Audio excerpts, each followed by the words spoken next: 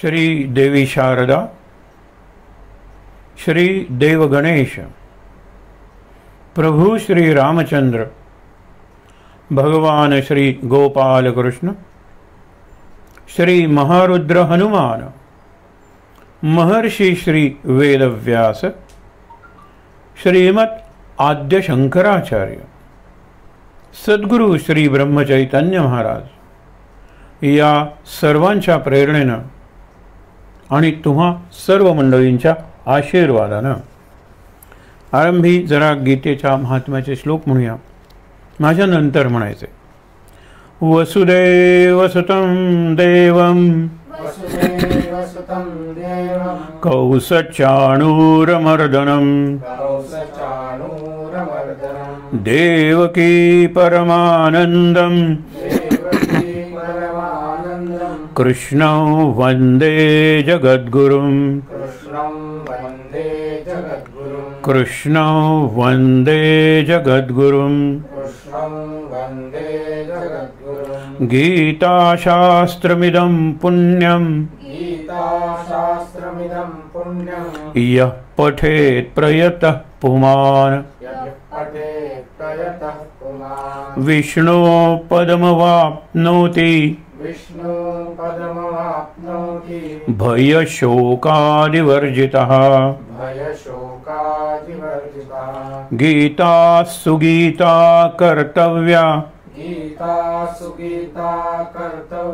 किमन्यै शास्त्रविस्तरैः.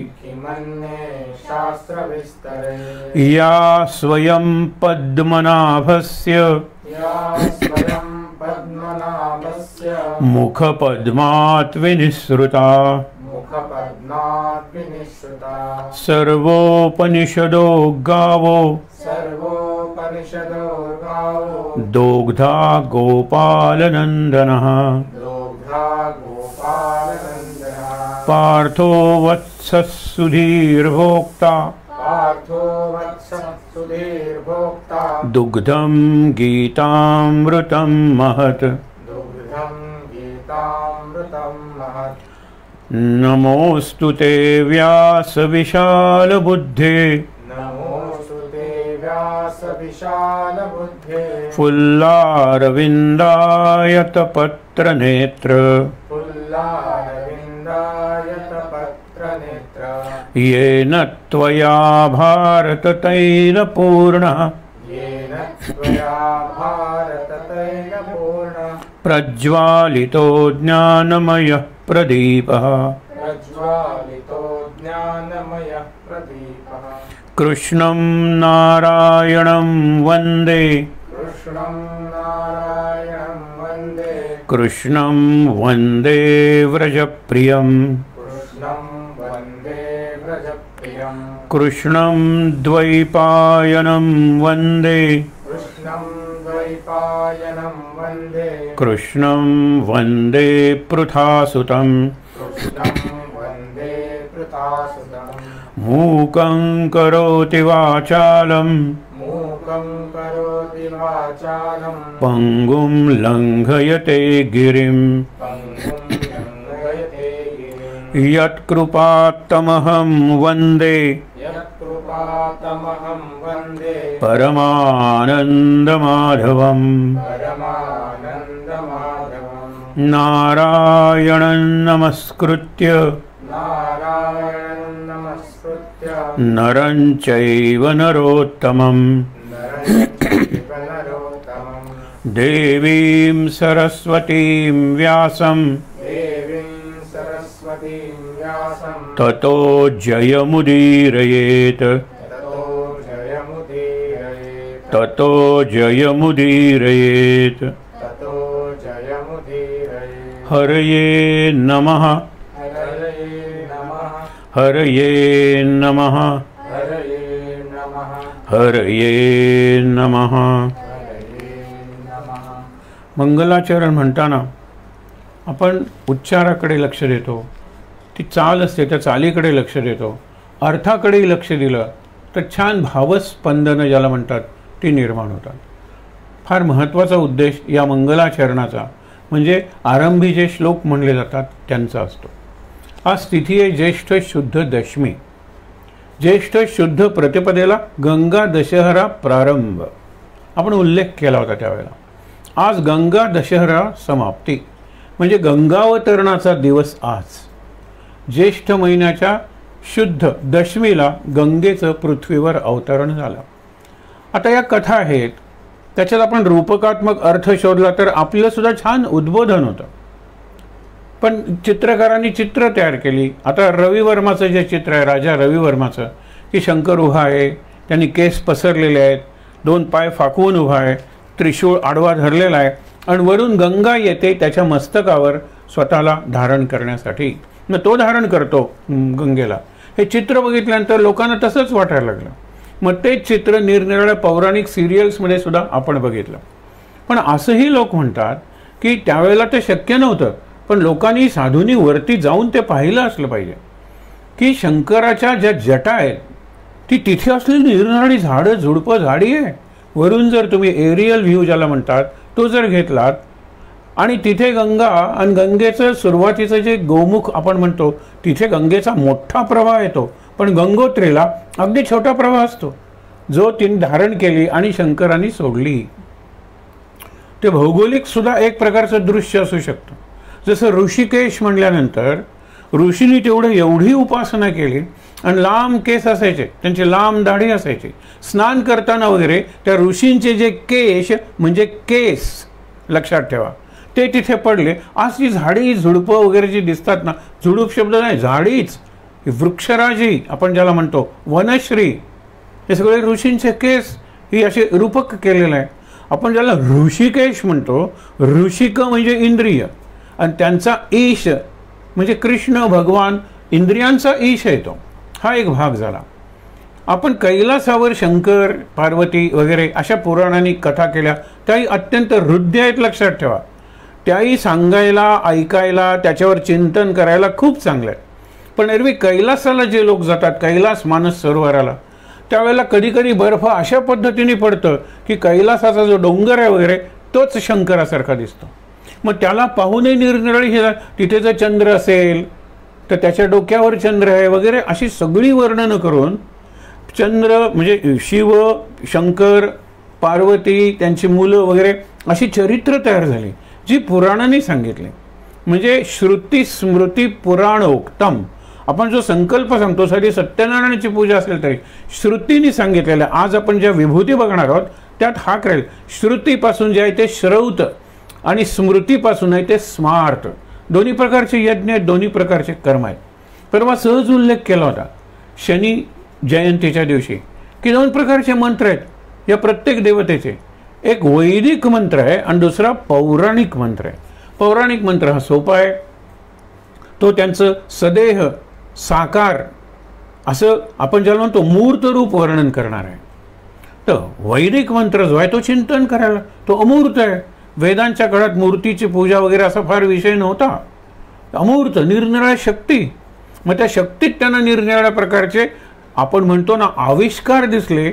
मग त्यांना विद्युत दिसलं की त्याचं त्यांचं सूक्त झालं. मेघ बरसतोय ते दिसल्यानंतर आज जर आपण पर्वतात वगैरे गेलो, नद्यांच्या काठावर गेलो तर आजही पावसाचं ते दृश्य आपल्याला मोहून टाकतं.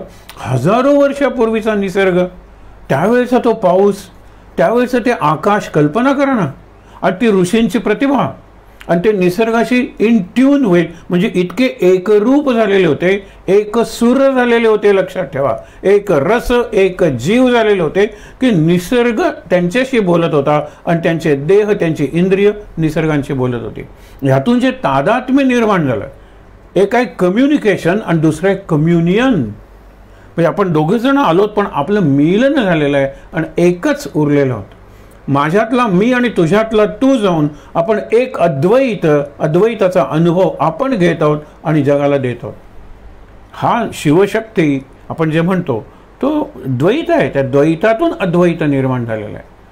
तशी गंगा आली आणि ती ज्यावेळेला पठारावर आली म्हणजे हरिद्वारच्याकडे, त्यावेळेला तिचा उपयोग मानवाला जास्त व्हायला लागला.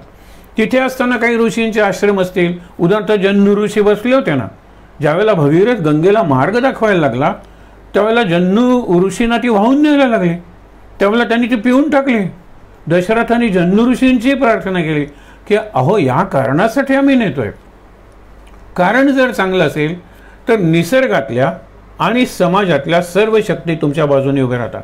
तुमचा हेतू शुद्ध पाहिजे आणि कारण उदात्त किंवा पवित्र पाहिजे, म्हणजे नोबल कॉज म्हणतो तसं पाहिजे. आजही तुम्हाला निधीची कधीही कमतरता पडणार नाही, पण तुमचे उद्देश शुद्ध पाहिजे. तुमचं आचरण अगदी सदाचरण म्हणजे नीतीला धरून असलं पाहिजे.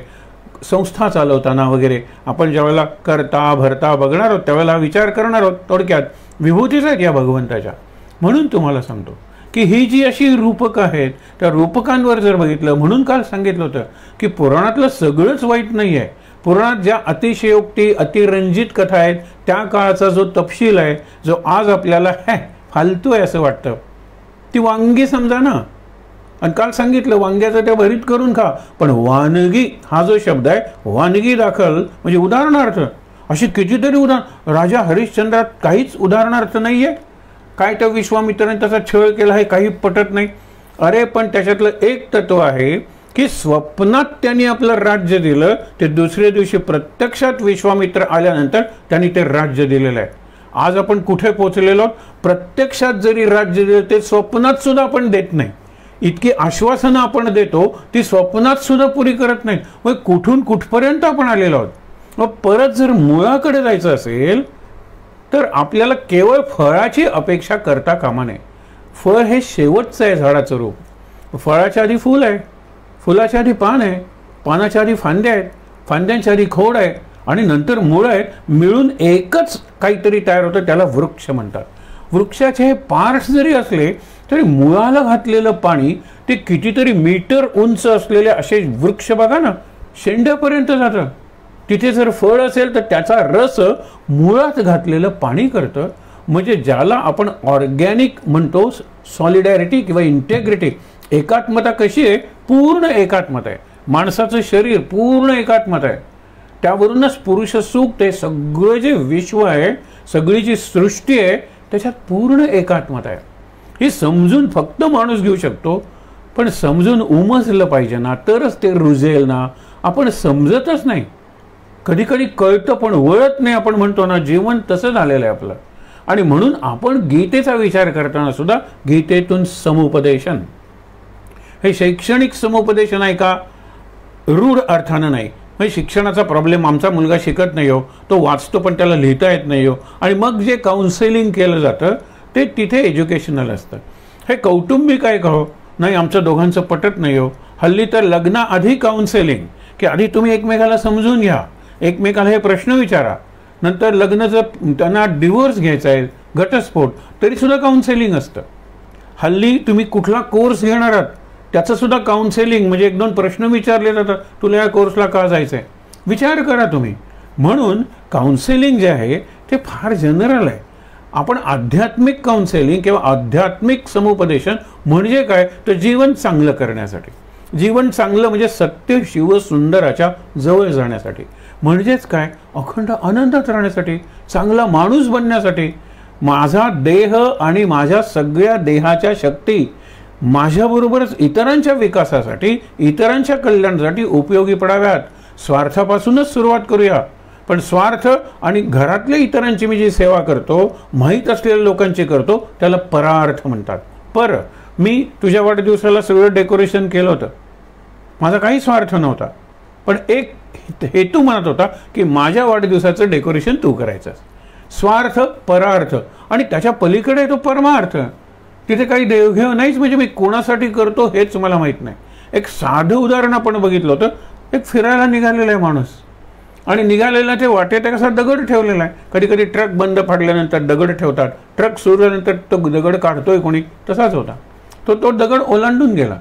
काही अंतर गेल्यानंतर त्याच्या मनात विचार आला, अरे हा दगड असाच राहिला, अजून फार उजाडलेला नाही आहे, आणि एखादा दुचाकीवाला जर आला तर या दगडावरून उसळून पडू शकेल, अपघात होईल. म्हणून तो परत फिरतो, तो दगड शक्ती लावून जरा रस्त्याच्या बाजूला ठेवतो आणि नंतर विचार करतो, हे मी कोणासाठी केलं, हे परमेश्वरासाठी केलं. एक साधी ॲक्टिव्हिटी तुम्हाला सांगतो की तुम्ही तुमच्या मित्रासाठी किंवा मैत्रिणीसाठी बर्थडे ग्रीटिंग तयार करा. ही ड्रॉइंगची एक ॲक्टिव्हिटी. मित्रासाठी म्हणजे इथे काय आहे, म्युच्युअल आहे ना, मी त्याच्यासाठी करेन, तो माझ्यासाठी करेल.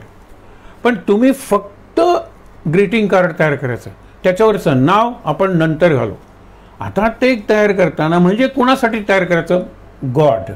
कारण ड्रॉइंग हा 5वी 6वीचाच विषय असतो. देवासाठी तो कार्ड तयार कर. मग तो म्हणतो त्याच्यासाठी मला देवासारखं बसलं पाहिजे, एरवी मी माझा ब्रश दुसऱ्याच्या अंगावर उडवतो वगैरे, आता काही करता का नाही. कारण देवासाठी अहो सगळा क्लास बदलतो त्या काळात आणि एकच पिरियड असतो. आणि त्यांना सांगितलंच या अर्ध्या तासात तुम्ही ग्रीटिंग कार्ड करा. शिक्षकांनी एका आकाराचं ते चार्ट पेपर वगैरे कापून आणलेले असतात, फोल्ड करून आणलेले असतात, तुम्हाला फक्त रंगवायचं आहे. मग आता तुम्ही म्हणाल मग हे द्यायचं कोणाला, अगदी सोपं आहे. वर्गात 40 मुलं आहेत, 40 चिठ्ठ्या असलेली एक बॉक्स असते. आज कोणाचा वाढदिवस आहे, अरे आज गोविंदाचा वाढदिवस आहे, मग गोविंदा ये पुढे, यातलं उघड. आणि तू प्रत्येकाला रोल नंबर दिलाय, तो त्या कार्डावर लिहिलेला आहे ना, गोविंदा उचलतो रोल नंबर 7, रोल नंबर 7 कोण्या पुढे आहे बरं. मग त्याचं कार्ड दिलं जातं, तो त्याच्यावर डिअर गोविंदा लिहितो आणि गोविंदाला तो कार्ड देतो, लक्षात ठेवा. आणि सगळा क्लास टाळ्या वाजवतो. कार्ड करताना ते गोविंदाला आहे का रामा शिवाला आहे त्याला माहीत नसतं. हे फार जीवनात आपल्याला जपलं पाहिजे. आपण माहीत असेल तरच करतो. काय मिळणार आहे मला तिथे येऊन, मी त्याच्यासाठी एवढं केलं, तो माझ्यासाठी काय करणार आहे, हाच विचार आहे. हे गिव्ह अँड टेक आहे, हा एक्सचेंज आहे, हे बार्गेनिंग आहे किंवा हे एक ट्रान्झॅक्शन आहे. आणि ट्रान्झॅक्शन आणि कॉन्ट्रॅक्ट याच्यावर उचलल्याशिवाय आपल्याला कल्चर आणि कॅरेक्टर मिळणार नाही. मी परत तुम्हाला सांगतो की जीवन म्हणजे फक्त ट्रान्झॅक्शन आणि आपण हे फक्त एक कॉन्ट्रॅक्ट केलेलं आहे, ह्याच्यावर आल्याशिवाय कल्चर अँड कॅरेक्टर शक्यच नाही. संस्कृती आणि चारित्र्य या काही याच्या कॅरेक्टरच्या गोष्टी आहेत, कॉन्ट्रॅक्टच्या गोष्टी आहेत का. हे 2 दिवस आपण एकमेकाशी खरं बोलायचं, हे कॉन्ट्रॅक्ट. तिसऱ्या दिवशी खोटं बोलायचं, अरे ह्या कॉन्ट्रॅक्टच्या वरच्या गोष्टी आहेत. आणि म्हणून विचार करा तुम्ही की ज्या वेळेला आपण समुपदेशन म्हणतो, गीतेतून समुपदेशन, ते संपूर्ण जीवनासाठी आहे. मग ते लहान मुलांसाठी त्याची पातळी निराळी असेल, आजोबांसाठी त्याची पातळी निराळी असेल, पण संदेश तोच असतो. विभूती शेकडो आहे, त्यातल्या काही विभूती या अध्यायात आलेल्या आहेत, त्या आपण वाचणार आहोत सुरुवातीला. हे विभूतींचं वाचन काय करायचं, पुन्हा पुन्हा तेच, पुन्हा पुन्हा तेच, तेच नाही आहे. चिंतन निराळ आहे, चिंतनाचा पैलू निराळ आहे आणि प्रत्येक ठिकाणी चिंतन चिंतन चिंतन गीतेत इतक्यांदा म्हणलेला आहे. म्हणून चिंतनवरून चिंतनीय असा शब्द बनतो की हा जो तुमचा लेख आहे ना, तो चिंतनीय आहे, विचार करण्यासारखा आहे. जो चिंतनीय या पातळीवर राहतो तो चिंता कधीच करत नाही, हे लक्षात ठेवा. कारण चिंतेवर सुद्धा तो चिंतन करतो आणि म्हणतो मी का करतोय, मी इथे चिंता करून माझी मुलगी सुखरूप राहणार आहे का तिकडे, नाही ना. एका पालकाला विचारलं, आईचा विरोध होता कारण मग दिल्लीला त्यावेळेला बॉम्बस्फोट होत होते आणि वडिलांना आल्यावर विचारलं, जरूर जा. वडिलांनी सांगितलं कारण कालच म्हणजे आजच्याच पेपरमध्ये बातमी होती, कालच बॉम्बस्फोट झालेला आहे. म्हणून लगेच होणे, तुमचा 7 दिवसाचा तर मुक्काम आहे, काही होणार नाही. आणि होणार असेल तर काय, गोव्यात बॉम्बस्फोट होणार नाही, कुठेही होईल ना स्फोट. मग तू अगदी खिशात ठेवलेला तुझा मोबाईलचा सुद्धा स्फोट होईल, त्या बॅटरीचा. आणि झालेले आहेत नाही असे अपघात, स्फोटाला कशाला घाबरते. आनंदात गेली 7 दिवस, स्फोटाचा विचारही केला नाही. आणि ज्या वेळेला ते रेल्वे स्टेशनवर पोहोचले त्यावेळेला दिल्लीच्या एका भागात बॉम्बस्फोट झाला. म्हणजे माझं काय होणार आहे, मी कशाला चिंता करू. म्हणून निश्चिंत व्हायचं असेल तर कॉमन सेन्स चिंता सोडली पाहिजे आणि चिंता सोडायची तर चिंतन केलं पाहिजे. ते करायला आपण शिकतोय. काल आपण थांबलो होतो, तो शब्द होता दृढव्रत, हे लक्षात ठेवा. आणि दृढव्रताच्या वेळेला आपण उदाहरण काय दिलं होतं, हा देवव्रत नाव आहे त्याचं, किती सुंदर आहे. गांगेय किंवा गंगापुत्र हे त्याचं दुसरं नाव आहे, पण देवव्रत हे शांतनूंनी ठेवलेलं नाव आहे. हा देवव्रत दृढव्रत केव्हा म्हणला, ज्यावेळेला त्यांनी भीष्म प्रतिज्ञा केली. स्वतःसाठी त्यांनी प्रतिज्ञा केली असते, मी सिगरेट सोडली आणि ती आयुष्यभर पाळली असती तरी त्याला भीष्म म्हणले नसते. त्याला म्हणले असते उग्र प्रतिज्ञा केली. त्यांनी तीव्र, उग्र असे शब्द वापरले असते. भीष्माची प्रतिज्ञा कोणासाठी होती, वडिलांसाठी. आणि वडिलांच्या आरोग्यासाठी नाही, वडिलांच्या मनात जी मुलगी आहे तिच्याशी विवाह करावा म्हणून. आणि म्हणून प्रतिज्ञा कुठली होती की मी लग्न करणार नाही, म्हणजे आणि मी स्वतः राज्यावर बसणार नाही, कारण मी आता युवराज व्हायच्या योग्यतेच आहे, मी तर राज्यावर बसणारच नाही, पण उद्या माझी मुलं बसू नयेत म्हणून मी अविवाहित राहीन. आणि ते जे नैष्ठिक ब्रह्मचर्य होतं ते भीष्माचार्यांनी शेवटच्या क्षणापर्यंत पाळलं, म्हणून दृढव्रत ते बनले. दृढव्रत बनले. आपण व्रत खूप घेतो. आता चातुर्मास जवळ आलेला आहे. आपण चातुर्मासात व्रतांचा विचार दरवर्षी करतो. त्याच्या आधी जी उपासना असते त्यावेळेला अगदी सोपी सोपी उदाहरणं आपण देतो. यावर्षी तो विचार करूया. पण ते सोपं सुद्धा आपल्याला जमत नाही. माझं जे देवघर आहे किंवा माझी कुठलीही खोली आहे त्याच्यामध्ये ची जागा पुसून घेईन, त्याच्यावर काय रांगोळी म्हणजे 2 असे चक्र काढीन, त्याच्यावर चौरंग किंवा पाठ ठेवीन आणि त्याच्यावर माझा ग्रंथ ठेवेन. पारायणापूर्वी त्याला नमस्कार करीन, 3 प्रदक्षिणा घालीन आणि नंतर वाचायला बसेन आणि शेवटी उदबत्तीनं त्याची आरती जी ग्रंथाच्या शेवटी दिलेली आहे ती ओवाळीन आणि शेवटच्या दिवसाची वाट पाहीन. कारण शेवटच्या दिवशी गजानन महाराज किंवा साईबाबा किंवा स्वामी समर्थ कुठल्या ना कुठल्या तरी रूपात मला भेटतील. हा जर आत्मविश्वास असेल तर आपण गोष्टी सांगतो ना, अरे मी 3दा तुला भेटून गेलो आणि 3ही वेळेला मला तू हाकलून दिलंस. तो देव त्या म्हातारीला म्हणतो ना, उद्या मी तुला भेट द्यायला येणार आहे. म्हणून ती म्हातारी सकाळी उठते, आपल्या थरथर त्यात अंगण झाडते काय, सडा घालते काय, रांगोळी घालते काय. मग ती झोपडीत राहत असते, अरण्यात झोपडी असते. जनावरं वगैरे पळत गेली, रांगोळी बिघडते. मग तेच आहे. मग इतक्यात एक पोर येतं, म्हणतं की मला भूक लागलेली, काहीतरी खायला दे. ती म्हणाली, अरे नैवेद्य मी करून ठेवलाय, पण भगवंत येणार आहेत माझ्याकडे, नंतर मी सगळ्यांना वाटेन, संध्याकाळी ये. तो जातो. एक बाई येते, कडेवर मुलं आहे, मागच्या दाराने येते आणि म्हणते गुंड माझ्या मागे लागलेले आहेत, तेव्हा तू काहीतरी कर. तेव्हा ती म्हणते मला वेळ नाही तुझ्याकडे बघायला, उद्या येतो. आज भगवान माझ्याकडे येणार आहे आणि त्यांच्या स्वागतात अगदी पहिल्या क्षणापासून ते शेवटच्या क्षणापर्यंत मी भगवंताच्या सान्निध्यात असणार आहे.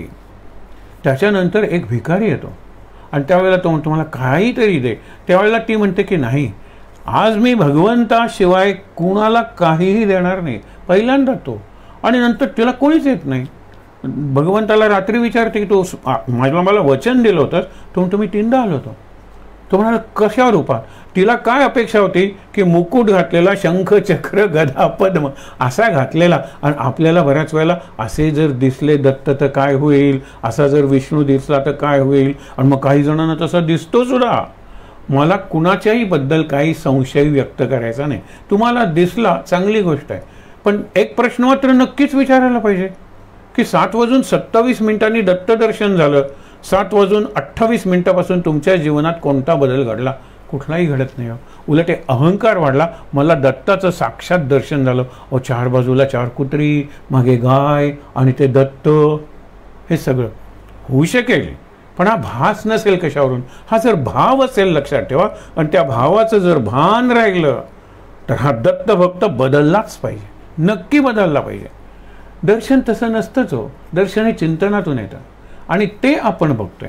म्हणून 9व्या अध्यायात महत्त्वाचे श्लोक आता यायला लागलेले आहेत. काल आपण बघितला तो जवळ 15 आणि ह्याच्यात राजविज्ञान राजगुह्य. आता विभूती 7व्या अध्यायापासून 10व्या अध्यायापर्यंत चालू आहे. मग ती राजविद्या राजगुह्य आहे का म्हणलं तर प्रत्येक गीतेतला शब्द हा मंत्रमय आहे, प्रत्येक श्लोक हा सूत्रमय आहे. हे लक्षात ठेवा. कारण का की थोडक्यात खूप सांगितलेल्या. शेवटचा श्लोक आहे मन्मना भव मद भक्तो मध्याजी माम नमस्कुरु. हे चार योग सांगून टाकले की हो. तिथे 9वा अध्याय संपतो आणि त्याला त्यांनी राजगुह्य म्हणलेला आहे. अनेकांनी हा जो शेवटचा श्लोक आहे त्यातली पहिली ओळ आहे मन मना भव, मन मला अर्पण कर, माझ्याशी जोडून जा, ही समाधी आहे. हा राजयोग किंवा ध्यानयोग आहे. मद भक्तो, माझा भाग बनून राहा, हा ज्ञानयोग आहे. मध्याजी, पूजा कर सतत, आणि माम नमस्करू, सतत कर्म करशील ती पूजा, हा कर्मयोग आहे. आणि माम नमस्करू हा भक्तियोग आहे. म्हणजे एका ओळीत 4 योग सांगून ते 4 योग मिळून एक योग बनतो. त्याचा तू अभ्यास कर, त्याला अभ्यास योग म्हणलेला आहे. आपण ते विचार त्रिसूत्री बघितलेले. अभ्यास, एकाग्रता आणि सगळ्यात महत्त्वाचं म्हणजे काय तर अनुचिंतयन, पुन्हा पुन्हा चिंतन. मग तुला परम पुरुष म्हणजे परमपुरुषाचं दर्शन होईल, प्राप्ती होईल. म्हणजे जीवनातलं ध्येय, जीवनातलं स्वप्न साकार होईल, पूर्त होईल आणि तुला समाधान मिळेल की मी जी संस्था उभारायची ठरवली होती तिचा आता एवढा विस्तार झालेला आहे. मी काहीच केलेलं नाही आहे, मी निमित्त आहे. माझ्यानंतर दुसरी फळी मी तयार केलेली आहे. आता शांतपणे मी जगाचा निरोप घ्यायला तयार आहे. हे धन्य जीवन आहे, लक्षात ठेवा. आणि म्हणून हे आपल्याला गीतेत पाहायचं आहे. कृष्णाने अगदी अशा पद्धतीने गीता सांगितलेली आहे की सर्वांना ती सर्व ठिकाणी सर्व प्रसंगी उपयोगी पडेल. त्यांनी आता विभूती सांगितली 16, 17, 18, 19 हे जे श्लोक आहेत त्याच्यात विभूती सांगितलेले आहे. 10वा अध्याय पुढचा जो बघणार आहे तो विभूती योगाचाच आहे. त्याच्यात काल सांगितलं ना 100-150 विभूती सांगितलेल्या आहेत. विभूती वि म्हणजे विशेष रीतीनं आणि भूत म्हणजे निर्माण झालेलं. दिव्यत्वाची जेथ प्रचिती तेथे कर माझे जुळती, हे जे दिव्यत्व आहे ना त्याला विभूतिमत्व म्हणलेलं आहे. तेज आहे, दिव्यत्व आहे आणि काहीतरी अलौकिक, आपण म्हणतो असामान्य. पार्थिव शब्द बघितला होता. पार्थिव म्हणजे मटेरियल प्रपंचातलं, पण अपार्थिव असं जिथे जिथे तुला दिसेल ना तिथे तिथे मला नमस्कार कर.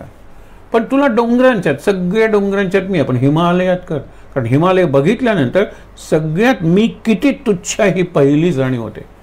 आणि म्हणून मनातल्या मनात का होईना आता मी हिमालया तुझ्यावर पाय ठेवणार आहे, मला क्षमा कर, पादस्पर्शम क्षमस्व मे. पण जसं बाळ किंवा आईच्या ह्याच्यावर नाचतं, हे करतं, आजोबांच्या सुद्धा छातीवर वगैरे ते नाचतं, आणि आजोबा सुद्धा छातीवर एक पाय नाचे रे गो म्हणतात ना, ते करतात, छातीवर नाचवतात.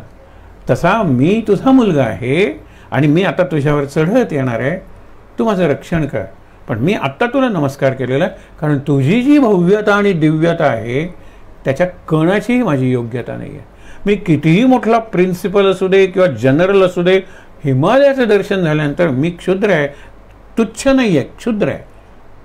हे विचार करूया आपण. त्याला विभूती म्हणलेलं आहे. विभूती म्हणजे विशेषच आहे तिथे. हे वाचल्यानंतर तुम्हाला कळेल. या विभूती जरा निराळ्या आहेत. तिकडच्या विभूती या वस्तूतल्या, व्यक्तीतल्या, निसर्गातल्या, त्या 10व्या अध्यायातल्या विभूती आहेत. पुढच्या त्या अगदी सोप्या आहेत समजायला. की ऋषींच्यात मी भृगु ऋषी आहे, मुनींच्यात मी कपिल मुनी आहे. पण इथे विचार नको करायला ऋषी आणि मुनी दोन निराळे आहेत. नाही तर दोन निराळे का, दोन निरनिराळे हे सांगितलेले आहेत, व्यक्ती सांगितलेले आहेत. मग आपण म्हणतो ऋषी काय मुनी काय, आपण चिंतन करायला लागतो. हे चिंतन आपल्याला कळतं की मनन कर. आपण बघूया त्यावेळेला मनन करतो जो फिलॉसॉफर आहे, जो सिद्धांत किंवा तत्व निर्माण करतो तो मुनी आहे. आणि त्याचा जो प्रयोग करतो, उपयोग करतो, नवीन नवीन शोध लावून यंत्र तयार करतो तो ऋषी आहे. भृगु ऋषी, त्यांची भृगु संहिता वगैरे आपल्याला नंतर चिंतन करा. आणि मुनी कपिल मुनी ज्यांनी सांख्ययोग सांगितलं, त्याच्या योगशास्त्रात देवाच्या अस्तित्वाचे म्हणजे देवाची अपेक्षा नाही आहे, पण हे सगळं घडवतं ती शक्ती आहे कुठली तरी. मग त्याला तुम्ही पुरुष प्रकृती या दोन शक्ती आणि त्यातून सगळं विश्व निर्माण झालं. सांख्य तत्वज्ञान गीतेचा 2रा अध्याय आपण मागे बघितलेला आहे आता. पण आता लक्षात ठेवा, पहिल्यांदा सांगितलेलं आहे की मी क्रतू आहे. क्रतू म्हणजे यज्ञ, हे लक्षात ठेवा. आणि किती सुंदर तुम्हाला 1-2 मी हे सांगतो, मुद्दे सांगतो की इंद्राला शतक्रतू म्हणलेलं आहे.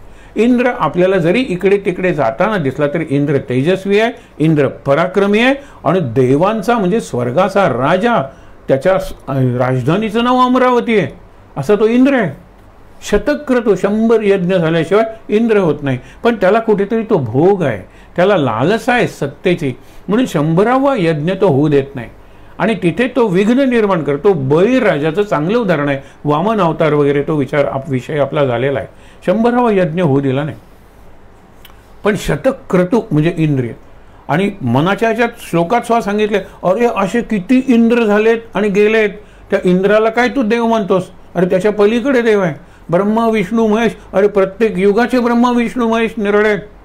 पण जे सगळं ज्यातून निर्माण होतं असं एकच एक कायम असणारं, ज्याला सत किंवा सत्य म्हणतात, असा ओम आहे, जो सगळ्या सृष्टीच्या आधी होता, त्याच्यातून सृष्टी निर्माण झाली. आता ही सगळी सृष्टीची विविधता, हे जे आपल्याला दिसतं ते सगळं त्याच्यातच आहे. आणि ज्यावेळेला विलय किंवा प्रलय होणार आहे तोही त्याच्यातच होणार आहे. नवी सृष्टी त्याच्यातूनच निर्माण होणार आहे. अशी 28 युग झाली की 7 चतुर्युगी. आणि प्रत्येक युगाचा तोच जर अवतार असेल, प्रत्येक युगाचा म्हणजे त्रेतायुगात राम अवतार, परत रामायण, अशी किती रामायणं झाली असतील. विचार करा फक्त. विचारांच्या पातळीवर आपल्याला एकाच वेळेला अभिमानही वाटेल आणि लाजही वाटेल. अभिमान का वाटेल? अरे केवढे प्रतिभावंत होते आपले पूर्वज, आणि आज किती लाचार अगतिक झालेलं होतं. पण स्वातंत्र्यानंतर 70 वर्षानंतर आपल्याला कळतं की आपल्या देशाला 2 नावं कशाला. म्हणून इथून पुढे भारत आता किती त्याचा उपयोग पण होतो, थोडीशी धाकदपटशाही पाहिजे. बॉम्बे नाही म्हणायचं, मुंबई म्हणलं पाहिजे. मी मुंबईकर. आता सगळेजण मुंबई म्हणायला लागले की विचार करूया आपण. मग देशाचं नाव दोन कशाला? भारत. खूप अर्थ आहे त्याला. 3 भरतांच्या वरून भारत आपण त्या कथा बघितलेल्या आहेत. म्हणून क्रतू म्हणजे यज्ञ. आणखीन ऋषींची ऋग्वेदातली एक फार सुंदर प्रार्थना आहे. आनो भद्राः क्रतवो यंतु विश्वतः. विश्वातले सगळे चांगले विचार आमच्याकडे येऊ दे. नहा. त्या सगळ्या प्रार्थना अनेक वचनी आहेत. मी जरी मागितलं तरी मी समाजासाठी मागितलेलं आहे. आपण अगदी रुद्र वगैरे म्हणतो, घृतंचमे, मला मधुंचमे, मला हे पाहिजे ते पाहिजे. माझ्यासाठी नाही, समाजासाठी. तो ऋषी मागतोय, त्याला त्यातल्या बऱ्याच गोष्टी नको सुद्धा असतात, पण तो मागतो. कारण का? त्या शक्तीशी माझा संबंध आहे, मी जोडलेलो आहे त्याच्याशी. म्हणून जशी आई वडिलांच्याकडून मागून निरनिराळे पदार्थ करून देते, तसलाच प्रकार आहे तो. म्हणून इथे काय? आ नो म्हणजे आ सर्व बाजूने, नहा म्हणजे आमच्याकडे, क्रतवा क्रतू म्हणजे विचार, चांगला विचार. यज्ञ हा एक विचार आहे, लक्षात ठेवा. त्याचा महत्त्वाचं म्हणजे इदं न मम. काल आपण बघत होतो ईशावास्यम इदम सर्वम, आणि इथे तर यज्ञ सांगतो इदं न मम. माझ्या देहात परमेश्वर आहे, पण हा देह माझा नाही आहे. कुणाचा आहे? त्या परमेश्वराचा आहे, ज्याने दिला त्याने. आणि म्हणून मेरा क्या, सगळाच तेरा आहे, तो मी तुला दिला. यात काय मोठं केलं? असं कबीराचा दोहा बघितला होता ना, मेरा मुझमे कुछ नहीं जो लागे तेरा, तेरा तुझको अर्पण क्या लागे मेरा. म्हणजे असं काय विशेष केलेलं आहे हे विचार करूया आपण. आणि म्हणून क्रतू म्हणजे यज्ञ. वैदिक यज्ञ वैदिक पद्धतीने केलेला त्याला क्रतू म्हणतात. आणि पुढे सांगितलेलं आहे अहम यज्ञ. यज्ञ आहे तो स्मृतीप्रमाणे केलेला, त्याला पंचमहायज्ञ म्हणतात. हा विचार किती चांगला आहे हो. पंचमहायज्ञावर शंकराचार्य वगैरे काही वेळेला असंही सांगा, पण 5 महायज्ञ आपण रोज करावेत. एक देवांसाठी, दुसरा ऋषींसाठी, तिसरा आपल्या पूर्वजांसाठी, चौथा अतिथीसाठी, आणि 5वा हे सगळे पशु पक्षी आहेत त्यांच्यासाठी. म्हणून कावळ्याला वगैरे देतात पुढे, काकबली आपण म्हणतो त्याला. गाईला गोग्रास देतात. कावळा हा पक्षी आहे, गाय हा प्राणी आहे. त्यांच्यासाठी देणं आहे ना, आणि कुठल्याही अपेक्षा न ठेवता देणं, ह्याला यज्ञ म्हणलेलं आहे. इदं न मम. हा पहिला घास हा माझा नाही आहे रे कावळ्या, तुझा आहे. मग कावळा, खारोटी, चिमणी कुणीही खाल्लं तरी चालतो. हे गाई, तू दूध देतेस म्हणून मी हे देत नाही आहे, तू माता आहेस म्हणून तुझा पहिला अधिकार आहे. आधी गोग्रास तिला द्यायचा असतो, अतिथीसाठी काढून ठेवायचं असतं. विचार करा. तो एक सांगितलं. ऋषींचा का? आचार्य. अरे ऋषींनी ग्रंथ लिहिले नसते, आचार्यांनी शिकवले नसते, तर आपण खरं ज्याला बार्बरिक म्हणतात ना, अशा आपण एखाद्या जनावरासारखे राहिलो असतो. त्यावेळेला अगदी परवापर्यंत जी पुस्तकं इंग्रजीत लिहिली गेली, त्यावेळेला India is a land of snake charmers. म्हणजे ते पुंगी वगैरे वाजवून नाग वगैरे करतात ना, आणि साधूज म्हणजे संस्कृतीच नाही आहे. इंडिया म्हणजे सुसंस्कृतच नाही आहे. ज्यावेळेला विवेकानंद तिकडे गेले आणि जो ओघ तिकडचा सुरू झाला, त्यावेळेला त्यांना कळलं की जगाला देण्यासारखं भारताकडे खूप आहे.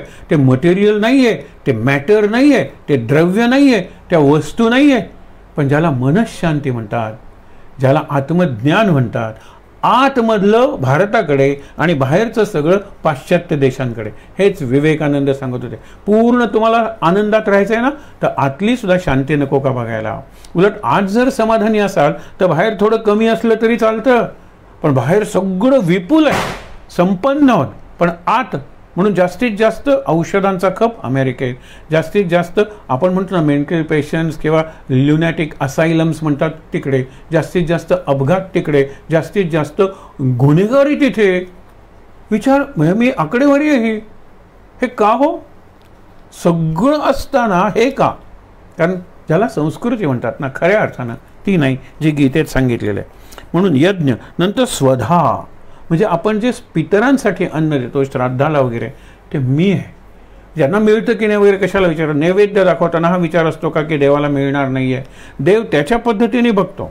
मागे आपण सहज बघितलं होतं की 2 उत्तरं शारदा माता रामकृष्णांच्या आणि पांडिचेरीच्या माता म्हणजे माताजी मदर, त्यांनी सांगितलेलं आहे की ज्या वेळेला तुम्ही नैवेद्य ठेवता आणि डोळे मिटता किंवा पडदा वगैरे घालता, त्यावेळेला तो देव आपल्या डोळ्यातून असे दिव्य किरण सोडतो आणि प्रत्येक पदार्थाला स्पर्श करतो आणि स्पर्श करणं म्हणजे त्याचे सेवन केलेलं आहे. तुमचा पदार्थ कमी होत नाही पण तो दिव्य होतो. म्हणून आपण त्याला शिरा म्हणत नाही, त्याला आपण प्रसाद म्हणतो.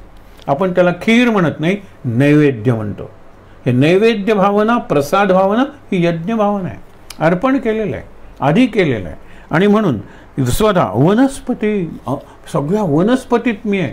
आपल्याला तो श्लोक माहीत आहे, नास्ति मूलम अनौषधम. आज निरनिराळे आयुर्वेदिक वगैरे औषधं यायला लागलेले आहेत, अजून संशोधन व्हायला पाहिजे. खरंच तुम्हाला सांगतो की जगातली कोणतीही गोष्ट अशी नाही आहे की ज्याच्यात कोणता तरी औषधी गुण नसेल. नागाच्या, सर्पाच्या विषामध्ये जर औषधी गुण आहे, आपण ज्याला अल्कोहोल म्हणतो, त्याच्यात जर टॉनिक्समध्ये आपण त्या औषधात वगैरे ते वापरतो, औषधी गुण आहे. नाही कशात. अतिरेक झाला की ते वाईट आहे. योग्य प्रमाणात घेतलं तर ते सगळंच अमृत आहे, बनवणार आहे. झाडाचं मुळं, सगळ्या झाडांची मुळं औषधी आहेत, पण सगळ्यांचं संशोधन झालेलं नाही. बरं, याची मुळी चांगली आहे, अरे पण त्याचं जे साल आहे ना, त्याचा सुद्धा उपयोग असेल, केलाय कुठे प्रयोग. इतकी झाडं आहेत म्हणून औषधी म्हणतात. औषधी म्हणजे वनस्पती. त्या सगळ्या वनस्पतीत मी आहे हे लक्षात घे. त्याच्यानंतर मंत्र, मंत्रात मी आहे. पण मंत्र केवळ उच्चार नाही हो करायचे. उच्चार केले काय चांगले उच्चार करतात, अरे पण अर्थ नको, त्या उच्चारात भाव नको. एकाने मला सांगितलं होतं, म्हणजे ते मंदिरात होते एका, आणि मंदिरात काहीतरी हे झालं होतं. त्यांनी तिथे मटक्याचे नंबर वगैरे द्यायला सुरुवात केले, निरनिराळी ज्योतिष वगैरे सांगायला सुरुवात केली. म्हणजे मंदिरात आरतीच्या वेळेला कोणी नाही, म्हणजे 8ला आरती असेल तर 7:30 वाजेपर्यंत ही गर्दी, कारण ते सगळं हे करत होते. मग त्यांना काढायचं ठरलं. काढायचं ठरल्यानंतर त्यांनी त्या मला सांगितलं की ज्याला तुम्ही देवी सूक्त म्हणताना, माझ्यासारखं कोणी म्हणत नाही, ते रेकॉर्ड करून घ्या, तुम्हाला पुन्हा मिळणार नाही. त्यांच्या समाधानासाठी किंवा देवीला बरं वाटावं की याच्यात एवढं तरी चांगलं आहे म्हणून आम्ही रेकॉर्ड करून घेतलं आणि त्यांनी अत्यंत चांगलं म्हणलं, पण नॉट इन्व्हॉल्ड. मागे तुम्हाला उदाहरण सांगितलं होतं की मंत्र, गीतेतला प्रत्येक श्लोक जर मंत्र असेल तर तुम्हाला फक्त पहिला श्लोक सांगतो, आणि पहिला श्लोक पाठांतराला होता. आणि आमच्याच शाळेतला एक विद्यार्थी म्हणाला, सर पहिलं बक्षीस मिळवतो की नाही ते बघा. हा आधीच म्हणलं, अरे हा जो ओव्हर तुझा उत्साह आहे ना, कॉन्फिडन्स आहे, तो तुला नडेल. नाही म्हणला, स्वप्नात सुद्धा मला उठवलं तरी माझी चूक होणारच नाही. आईला सांगितलं होतं, बाबांना सांगितलं होतं, दुसरीकडे स्पर्धा आहे, तुम्ही दुसरीकडे नोकरी करता, आमची स्पर्धा साधारणतः 11ला काहीतरी सुरू होईल, माझा नंबर कितीतरी मध्ये असेल, पण निदान तुम्ही 11, 11:15 पर्यंत पोचलं पाहिजे. तुम्ही जर नसाल तर मी तुमच्यावर रागवेन. आणि ह्याचा ज्या वेळेला नंबर आला त्याच वेळेला आई आलेली होती आधी, ती त्याचा नंबर नव्हता, तो काहीतरी हे करता बघितले नाही. वडिलांनी त्याच वेळेला प्रवेश केला. हा म्हणतोय काय, धर्मक्षेत्रे कुरुक्षेत्रे समवेता युयुत्सवा. हाय डॅडी म्हणला नाही हा, पण सगळा उत्सव मामका पांडवाश्चैव आई, त्याला आता आई दिसलेली आहे. कसलं गीता पठण आहे, त्याला पहिलं बक्षीस मिळालं. मी तिथे मॉडरेटर असा होतो, मी म्हणलं की मी जज नाही, कारण माझाच विद्यार्थी भाग घेतोय, पण मी नंतर बोलेन. म्हणलं अशा विद्यार्थ्याला डिस्क्वालिफाय करायला पाहिजे होतं. हाय बाय करतोय, तो शब्द वापरत नाही, ते करतानाही तो चुकत नाही. म्हणजे किती मेधावी मुलगा आहे, किती बुद्धिमान मुलगा आहे. ते करतानाही त्याचा सूर चुकत नाही, त्याचा उच्चार चुकत नाही, त्याचा क्रम चुकत नाहीये. पण त्याला गांभीर्य म्हणतात, सॉलेमनिटी ते नाही आहे त्याच्यात. आणि गांभीर्य, डिग्निटी, डेकोरम, आपण शब्द वापरतो, या गोष्टी महत्त्वाच्या आहेत. तसंच केलं पाहिजे. आणि म्हणून लक्षात ठेवा की ज्या वेळेला मंत्र म्हणतो ना, त्यावेळेला मनन झालं पाहिजे त्याच्या अर्थावर. आणि प्रत्येक वेळेला तोच मंत्र तुम्हाला काहीतरी निरनिराळं सांगेल. म्हणजे श्रीराममधला राम निराळ तुम्हाला काहीतरी वाटेल, तो श्रीशी जोडलेला आहे, म्हणजे तो सीताराम आहे, सगळं वैभव. नंतर जयराम म्हणताना, ठीक आहे हा पहिला जयराम आहे, मग कुठला जयराम असेल, मग जागेपणचा हा जयराम असेल. नंतर जय जयराम हा स्वप्नात. आपण रोज चिंतन करावं, रोज एक निराळा पैलू मिळेल. निदान चिंतन करत, मनन करत मंत्र म्हणणं. पुढे मंत्र म्हणणं हे मेकॅनिकल होतं. जसं ड्रायव्हिंग शिकताना सगळं लक्ष स्टिअरिंग व्हील रस्त्याकडे असतं, शिकल्यानंतर काय वाटेल त्या गप्पा वगैरे आपण मारतो, लक्षात घ्या. तसाच आहे प्रकार. म्हणून यंत्र आणि मंत्रमध्ये फरक आहे. म्हणजे मध्ये तंत्र आहे, म्हणजे कुठलंही यंत्र असेल ते चालवण्याचं एक तंत्र आहे, पण त्याच्याही पलीकडे मंत्र आहे. जो ज्याच्याकडे होता त्यांनी ते यंत्र निर्माण केलेलं आहे, तो मांत्रिक आहे. तो मांत्रिक म्हणजे वैज्ञानिक असेल, तो मांत्रिक म्हणजे संशोधक असेल, तो मांत्रिक म्हणजे लेखक असेल. त्यांनी ते निर्माण केलेलं आहे यंत्र आणि ते वापरण्याचं तंत्र त्यांनी शिकवलेलं आहे. कितीतरी उदाहरणं तुम्हाला सांगेल. एक उदाहरण सांगण्यासारखं आहे. एक अगदी कुणाशीही जवळजवळ न बोलणारा, सगळ्यांची सगळी कामं करणारा असा एक तिथे डिपार्टमेंटमध्ये काम करणारा होता. आणि त्या डिपार्टमेंटचा जो कम्प्युटर होता तो मोडलेला होता. सरकारी डिपार्टमेंट होता. आणि इतक्या जणांनी आला वगैरे म्हणाले रिपेअर होणार नाही, हा रिप्लेस केला पाहिजे. आणि सरकारची शेवटची हाय लेवल आली, कारण त्यावेळेला महाग होते कम्प्युटर्स आणि सरकारी यंत्रणेतून कम्प्युटर मिळणं म्हणजे काही वर्ष जातील त्याला. तरीसुद्धा ते आलेले होते. ते म्हणाले आम्ही बघतो, आम्ही लगेच रेकमेंड करतो की हे झाला पाहिजे, हा बदललाच पाहिजे, नवीन घेतला पाहिजे. ते ज्यावेळेला बघत होते त्यावेळेला मागून एक आवाज आला, जसा त्या पणतीचा आवाज आला ना की सूर्या तू खुशाल असताला जा, तुझं कार्य मी करीन. कार्य काय? अंधार गिळायचा आणि प्रकाश ओकायचा. मी करीन ते काम, माझ्या पद्धतीने करीन ना, माझा प्रकाश एवढाच पडेल. पण तुझं कार्य जे आहे ना, तुझं प्रमाण प्रचंड असेल, माझ्या प्रमाणाने मी करीन. कार्य एक असेल आपल्या दोघांचं. तर तसं तो एक मागून असं काहीतरी म्हणलाय. कोण बोलतंय रे? अरे तुला काय म्हणायचंय? नाही मी काहीतरी करू का? त्यांनी काय केलं कोणास ठाऊक, देवाचं नाव घेतलं असेल, मंत्र म्हणला असेल आणि त्यांनी दोन्ही बाजूने असे ते कॉम्प्युटरचे डिवाइडर ठॅक करून मारलं आणि कॉम्प्युटर सुरू झाला. त्यानंतर बरेच दिवस तो चालू होता कॉम्प्युटर. त्याला विचारलं तू काय केलंस? म्हणला मी माझ्या घरच्या कॉम्प्युटरला केल्यानंतर असं होईल असं होणार नाही, पण आमच्या डिपार्टमेंटचं काम कॉम्प्युटरशिवाय अडेल म्हणून त्या शक्तीला प्रार्थना केली की माझ्या माध्यमातून तू चालू कर, कारण हा केव्हा 5 वर्षांनी मिळेल, आत्ता ग्रँड झाला तर तोपर्यंत आम्ही करू काय. मग त्यांना सांगितलं आत्ता चालू झालेलं आहे, आता तुम्ही रेकमेंड मात्र करा की नवीन दिला पाहिजे. पण सगळेजण त्याच्याकडे त्या दिवसापासून आदरानं बघायला लागले. तो म्हणतो माझ्याकडे कोणतीही शक्ती नव्हती, फक्त आतून एक इच्छा होती की आपल्या डिपार्टमेंटची अडचण होता कामा नये. हे जे आपल्या डिपार्टमेंट, तो काय कॉम्प्युटरवर तो काम करतही नव्हता, कारकून असेल साधा. पण विचार करा, ही काय मंत्र आहे. आणि शेवटी आज्य, शेवटी नाही आणखी नाही, आज्य म्हणजे तूप. तूप ही दुधाची शेवटची अवस्था आहे आपण म्हणतो. आपण नेहमी लोण्यापाशी थांबतो आणि लोण्याला नवनीत म्हणतो. नवनीत म्हणजे एक प्रकारचा अर्क इसेन्स. पण लोणी तापवून तूप करतो ना आपण तयार, तुपाचे मग तूप मिठाईत वगैरे वापरतील, फोडण्यानं वापरतील, काही करतील. पण दुधापासून सुरू झालेला प्रवास तुपात संपतो. मी तुपात आहे. मग कुठल्याही पदार्थात प्रत्येक स्थितीत मी दुधात सुद्धा मी आहे रे, मी दह्यात आहे, ताकात आहे, पण जास्तीत जास्त रूपात तुला मागवत तर तुपात मला बघ. आणि तूप आहे ते औषधीही असतं आणि जितकं जुनं झालं तितक्या त्याच्यातले औषधी गुण वाढतात असंही सांगतो. म्हणून म्हणतात की मी आज्य, आणि विशेषतः तूप जे तुम्ही आहुतीसाठी वापरता. म्हणून पुढे आता आहुतींचा विचार सुरू झाला. अग्नी, अग्नीत मी आहे. अग्नीशिवाय जग चालणार नाही हो. खरंच तुम्हाला सांगतो, आज जगात सगळीकडे अग्नी आहे. अग्नी म्हणजे प्रकाश, अग्नी म्हणजे उष्णता, अग्नी म्हणजे एक प्रकारची ऊर्जा. आपल्या शरीरात अग्नी आहे. हे झाडांना वगैरे सूर्यप्रकाशातच ते अन्न तयार करतात. प्रत्येकाला काही ना काहीतरी स्वरूपात अग्नी लागतो आणि तो अग्नी मी आहे आणि मी सर्वव्यापी आहे. मागे उदाहरण बघितलं होतं, ते उदाहरण बघा. कुठलाही तुम्ही आकार सांगा, यात अग्नी आहे का? हे लाकडात अग्नी आहे नक्कीच आहे, नाही तर तुम्ही जळेल कसा तो, लाकूड जळेल. पण या लोखंडात आहे का? आणि लोखंडात आहे. शंकराचार्यांनी दिलेलं उदाहरण, एक कोयता पडलेला असतो, तर बाबा म्हणाले चल आपण बघूया त्या कोयत्यात अग्नी आहे. तो म्हणतो लोखंडात अग्नी. त्याला आश्चर्य वाटतं. तो याच्याकडे जातो ज्याला आपण म्हणतो लोहार किंवा घिसाडी, की ज्यांची ही असते भट्टी, आणि त्याच्यात ते टाकतो नंतर आकार द्यायला वगैरे करण्यासाठी. आणि हळूहळू तो एवढा लाल होतो, लक्षात ठेवा, की संपूर्ण कोयतीचा आकारच लाल होतो की नाही, कारण इथे तो टोकाला तापणार आहे, मध्ये तापणार नाही असं नाही, सगळा लाल होतो.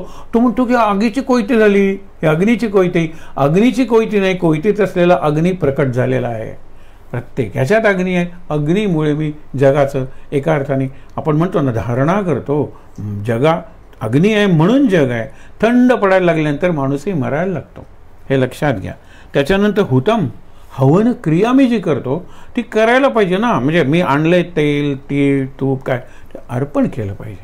आणि अर्पण करण्याच्या त्या क्रियेतही मी आहे, अर्पण करण्याच्या वस्तूतही मी आहे, अर्पण करायला जो मंत्र म्हणतात त्या मंत्रातही मी आहे, अर्पण करण्याची जी भावना आहे त्या भावनेत तर मी आहेच आहे. असं प्रत्येक करा. स्वयंपाक घ्या, स्वयंपाकाच्या वस्तूत मी आहे. स्वयंपाकाच्या कृतीत मी आहे.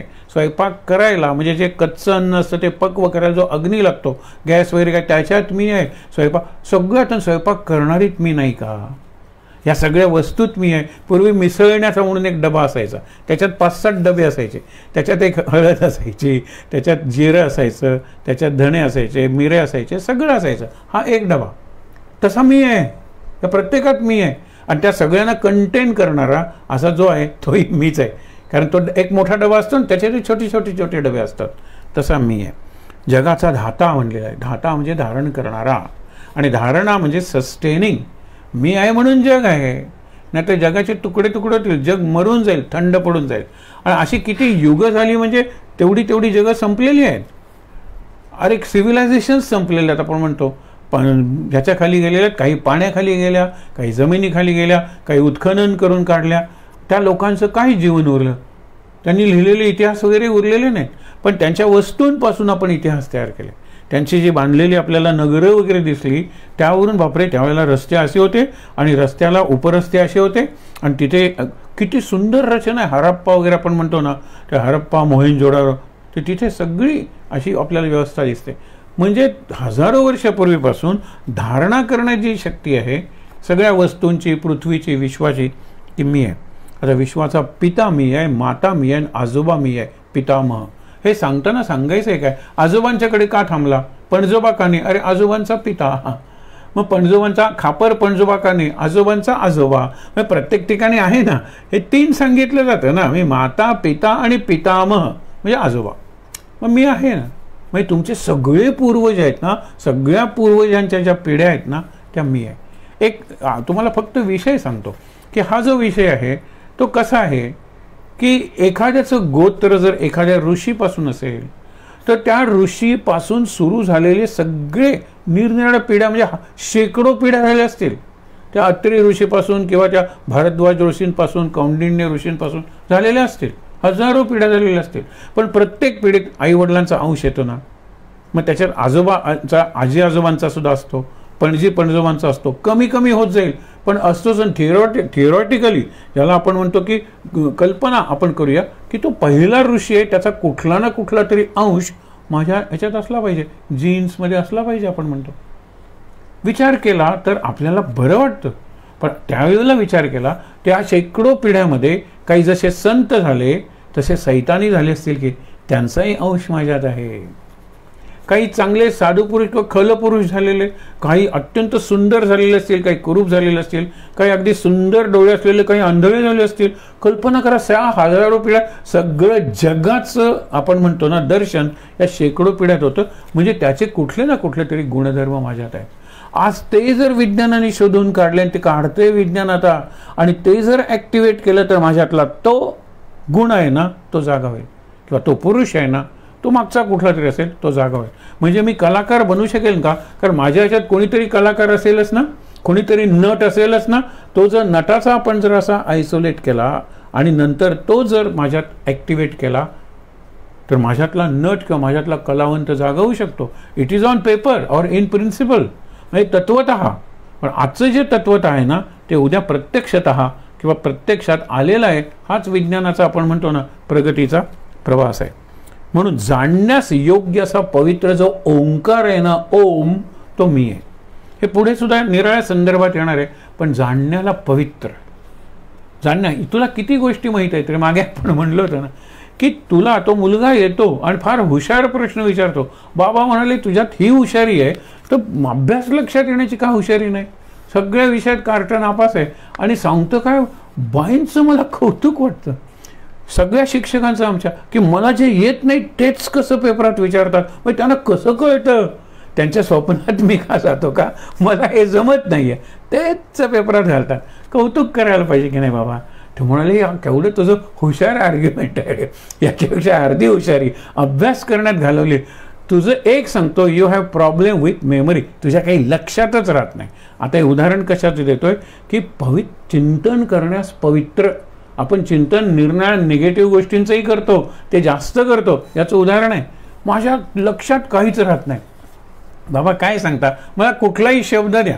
शब्द कशाला? आता ह्या माझ्या सगळ्या विषयांच्या खाली तांबडी रेग मारली की नाही बाईने, तांबडी रेघ म्हटल्यानंतर तांबडा रंग, तांबडा रंग म्हटल्यानंतर मला रस्त्यावरचा तांबडा सिग्नल किंवा आगगाडीचा सिग्नल. आगगाडी म्हणलं की मला मामाचं गाव आठवतं, मामाचं गाव म्हणलं की मला मामीची शिकरण आठवते, शेजाऱ्याची बाग आठवते, चोरलेले पेरू आठवतात, खाल्लेला मार आठवतो. थांबतच नाही हे पोर. आणि तुम्ही काय म्हणता मला काही आठवत नाही, मेमरी नाही आहे. काय सांगा, किती याची मेमरी आहे.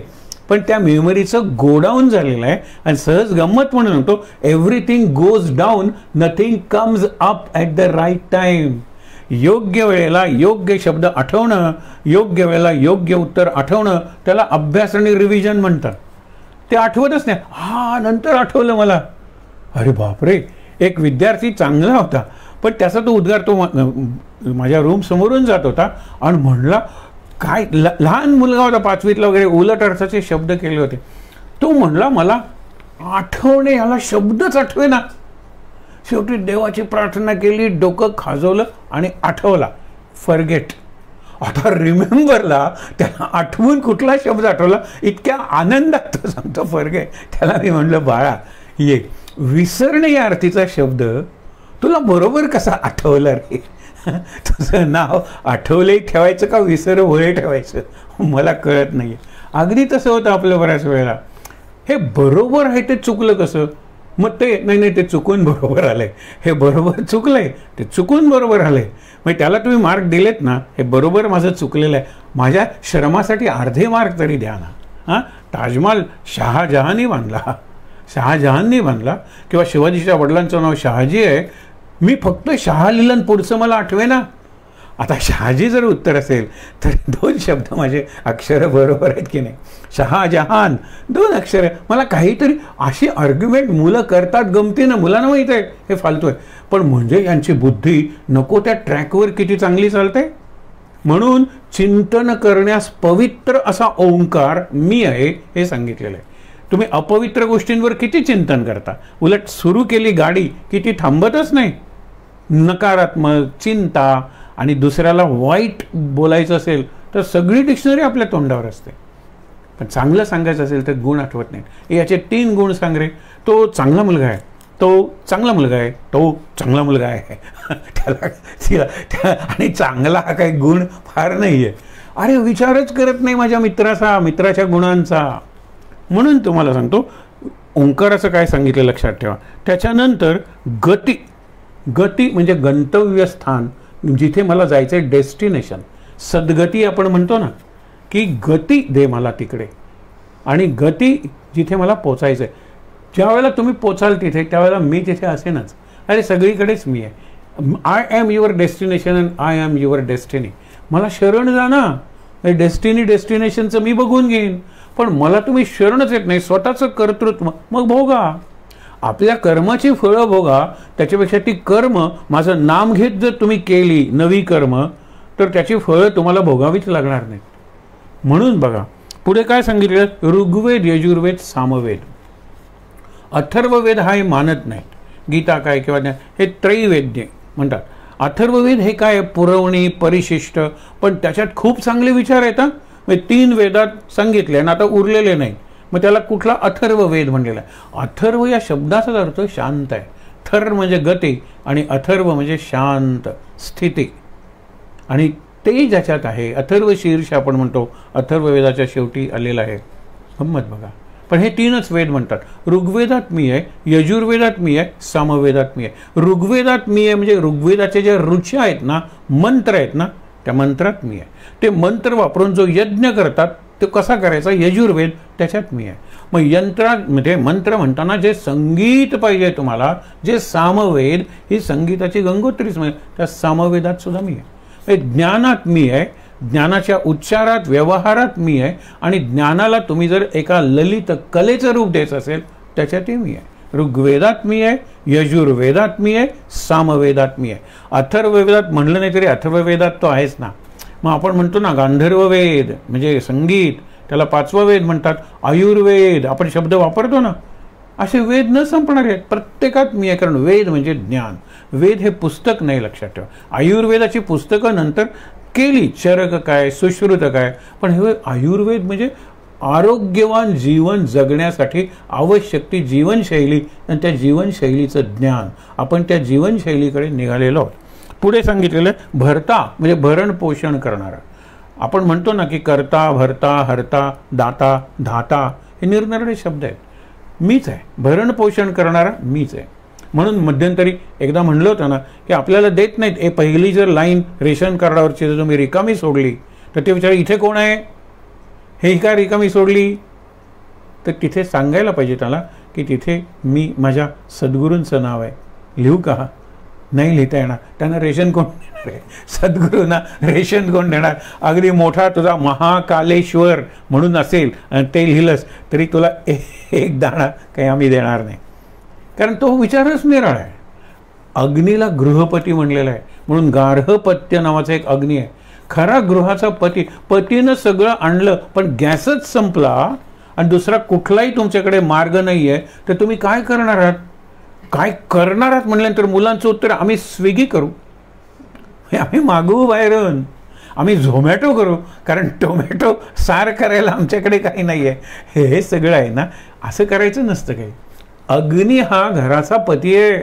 अग्नी आहे म्हणून जिवंत होता, पण अग्नी आहे म्हणून प्रकाश आहे, अग्नी आहे म्हणून स्वयंपाक आहे, पाकसिद्धी आहे, म्हणून आपण जगू शकतो. तसं इथे काय सांगितलेलं आहे, भरता भरण पोषण करणारा मी आहे, प्रभू मी आहे, सगळ्यांचा स्वामी, सगळीकडे प्रकट होऊन राहणारा आणि सगळ्यांना प्रत्यय देणारा. भू भव आपण म्हणतो सगळ्यांचा मी स्वामी आहे सर्व काळासाठी. साक्षी मी साक्षीदार आहे. आपण जो म्हणतो ना, जे न देखे रवी ते देखे कवी, पण जे न देखे कवी ते देखे. आमचा हा सगळा साक्षी, हा सर्व साक्षी आहे, याच्यात काही लपून राहत नाही. म्हणून म्हणतात ना की तुम्ही कितीही पाप कुणालाही न कळत केली तरी पाप करायचं असतं, म्हणजे करायला हात लागतात. हाताला खांद्याचा सांधा हल्ल्याशिवाय हात काम करू शकत नाही. तिथे आम्ही चित्रगुप्ताची योजना केलेली आहे आणि हा चित्रगुप्त तुमच्या प्रत्येक कृतीचं गुप्त चित्र म्हणजे कोड म्हणतात ना ते केलेलं आहे. ते डी कोड तुम्ही मेल्यानंतर यमाकडे जातात त्यावेळेला मग हे चित्र कशाचं आहे, तू कॉपी केली होतीस पण सापडला नव्हतास. चौथ्यांदा कॉपी करताना तू सापडलास आणि त्यावेळेला तू पहिल्या 3 कॉपीची हे कबूल जबाब दिलेला होता. चौथ्यांदा तू का सापडला नाही, ते शिक्षक कॉपी पकडण्यात पटाईत. मग कसं पटाईत, आम्ही त्याला विचारलं सिक्रेट काय, तो म्हणतो मी वर्गाकडे पाठ करून उभा राहतो आणि तरी तू कॉपी पकडतोस. म्हणला समोरचं कपाट आहे ना आरसा, त्याच्यात मला कोण काय करतंय ते दिसतंय आणि माझी पाठ म्हटल्यानंतर लोक आपापल्या मुलं नोट्स बाहेर काढतात कॉपी करायला आणि मला बरोबर कळतं की चौथ्या ओळीतला डावीकडचा. बस विचार करा. आता म्हणजे हा काही एफिशियंट आहे असं नाही, कॉपी करायला शिकवतो, उत्तेजन देतो आणि मग पकडतो. हा पोलीस आहे, म्हणजे पोलिसांचं जे कॉपी डिपार्टमेंट असेल तर त्याचा हेड व्हायला काही हरकत नाही. शरण म्हणजे सगळ्यांचं शरण जाण्याचं जे स्थान आहे ना ते मी आहे. शरण्यम आपण म्हणतो, शरणागती कुणाला जायचं, म्हणून मामेकम शरणम व्रज, मीच सगळ्यांचं शरण आहे. मी त्याला शरण आहे पण तो त्याला शरण आहे पण तो त्याला शरण आहे.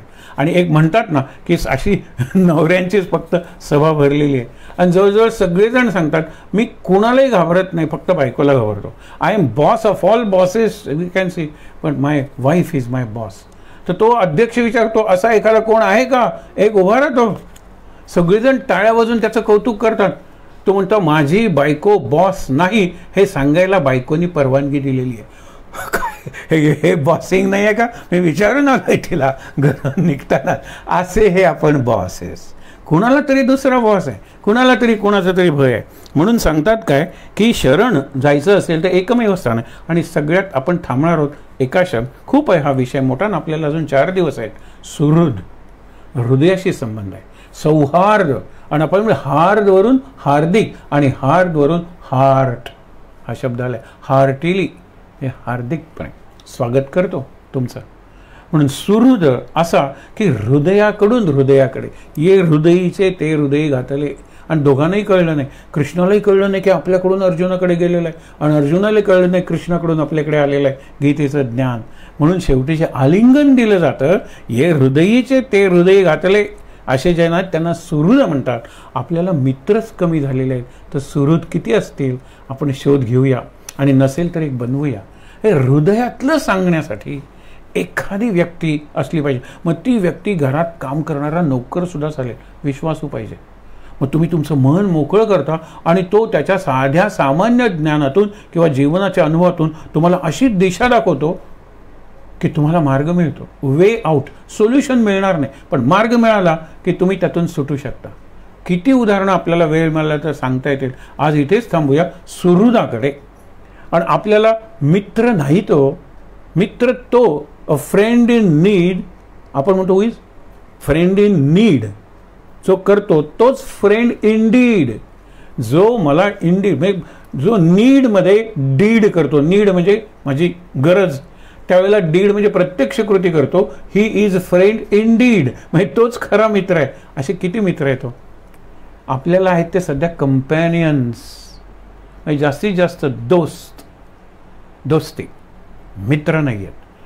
म्हणून आपण विचार करूया की सुहृद एक तरी मिळवूया का आपण चातुर्मासात. खूप अजून 5-1 महिने आहेत त्याला. सुहृद मिळवेन, माझ्या हृदयाला हृदयातून हाक मारणारा आणि माझ्या हृदयातल्या हाकेला प्रतिसाद देणारा सुहृद असा परमेश्वर आहे, सद्गुरू आहे. तो तरी आपण आपल्या हृदयात साठवूया आणि आपण त्याच्या हृदयात राहूया. शांत, डोळे मिटायचे, मंत्र म्हणायचा आहे. ओम नमो भगवते वासुदेवाय. ओम नमो भगवते वासुदेवाय. ओम नमो भगवते वासुदेवाय. ओम नमो भगवते वासुदेवाय. ओम नमो भगवते वासुदेवाय. ओम नमो भगवते वासुदेवाय. ओम नमो भगवते वासुदेवाय. ओम नमो भगवते वासुदेवाय. ओम नमो भगवते वासुदेवाय. ओम नमो भगवते वासुदेवाय. ओम नमो भगवते वासुदेवाय. ओम नमो भगवते वासुदेवाय. शांत. शक्ती मंत्र म्हणूया.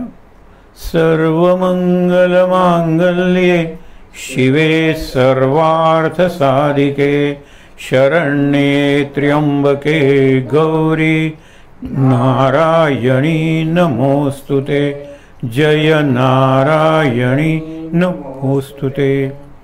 शांतिपाठ. ओम सहनाववतु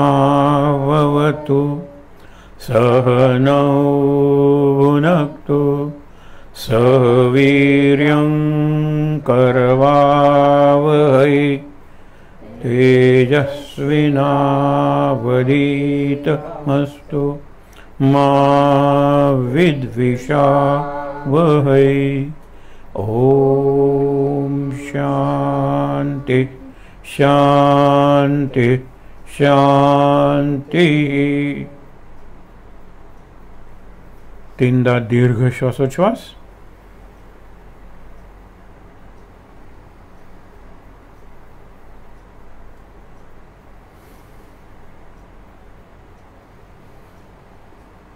हातावर हात चोळूया. ते हात चेहऱ्यावर, डोळ्यांवर.